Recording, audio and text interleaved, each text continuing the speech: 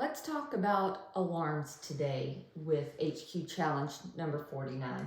All of the following can cause a high pressure alarm and a low volume alarm except. All right, so let's talk about where you should set these alarms. Number one, high pressure alarms should be set anywhere from 10 to 15 centimeters of water pressure over the observed peak inspiratory pressure. And that low volume alarm should be set, and this doesn't really differentiate low tidal volume or low minute volume. Low tidal volumes should be set 100 mLs lower than the exhaled tidal volume. Low minute volume alarms should be set 3 to 5 liters per minute below your observed minute ventilation. Okay, so what's going on here in this scenario to have both is the vent pushes a breath, and there is so much pressure generated in the circuitry, in the airway, maybe in the lungs, that breath hits that upper pressure limit you've set. But that high pressure alarm is not just an audible alarm, it is a limit, meaning it will not allow that pressure to rise above that. As a matter of fact, it will terminate the breath. All right, so we're hitting that high pressure alarm. The breath terminates prematurely. Not all of the volume goes into the lungs, but what does go in comes back out, but it's lower than the set volume alarm. Okay, so what we have to do first is find which one of these causes elevated peak inspiratory pressures. Well, a spontaneous pneumothorax will.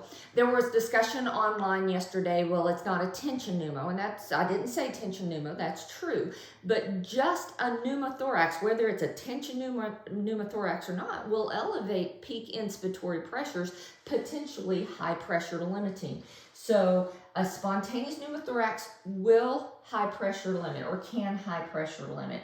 An underinflated cuff signifies there's a leak, okay? So what'll happen is that cuff is underinflated, the air tries to go in, but then it comes back out through the upper airway, but the whole system is not pressurized. So you might get a low volume alarm coming out because it comes up and out through the mouth instead of coming back through the circuitry.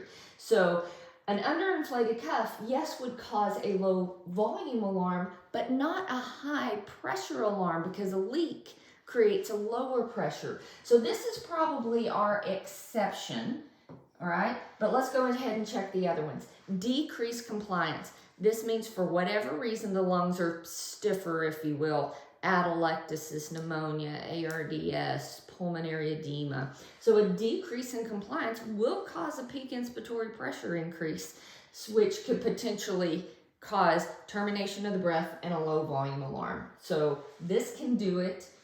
Bronchospasms, yep, when the airway gets smaller, peak pressures increase, potentially high pressure limiting, which terminates the breath and results in a low volume alarm. So all of these can create this situation except an underinflated cuff. An underinflated cuff, yes, will cause a low volume alarm, but it can't cause a high pressure alarm. So hope this helps. See you soon.